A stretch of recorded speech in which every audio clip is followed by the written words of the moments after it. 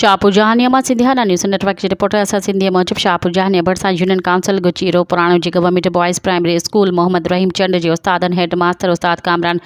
चंद लुत्फ़ुल्लाह बुर्दी फ़कीर ज़ुल्फ़कार समीउल्लाह बुघियो सर्वेज सिंधी वज़ीर चंद पारां सिंध जो सकाफ़ती ॾियारो जोश जज़्बे सां मल्हायो वियो, जंहिंमें इलाइक़े जे मुआज़िज़िन वॾेरो ग़ुलाम मुर्तज़ा चंद कामरेड मलक अख्तर एजाज़ चंद वहीद चंद पीर ज़ुल्फ़कार जावेद राजपूत समेत स्कूल के शागिर्दनि ऐं शागिर्दियाणियुनि सिंधी सकाफ़ती वेस पहिरें शिरकत कई। सकाफ़ती तक़रीब में शागिर्दनि ऐं शागिर्दियाणियुनि तक़रीरूं टैबलोज़ ऐं शाह अब्दुल लतीफ़ जी शाइरी ॿुधाइण में हिस्सो वरितो। इन मौक़े ते उस्ताद कामरान चंद समीउल्लाह बुघियो लुत्फ़ुल्लाह बुर्दी असद सिंधी ऐं ॿियनि चयो त सिंध जी हज़ार साल क़दीम सकाफ़त ज़िंदा रखण लाइ असांखे तालीम सां अॻिते वधिणो पवंदो। सिंध जी सकाफ़त महिमान नवाज़ी रवादारी टोपी ऐं अजरक सॼी सिंध में मशहूरु आहे। सकाफ़ती तक़रीब में शागिर्दनि ऐं शागिर्दियाणियुनि काशिफ़ अली नूर मोहम्मद अताउल्लाह फरमान अली मोमिन मारिया सिंधु ऐं ताहिरा सिंधु टैबलोज़ ते रक़्स करे ख़ूब दाद हासिल कयो।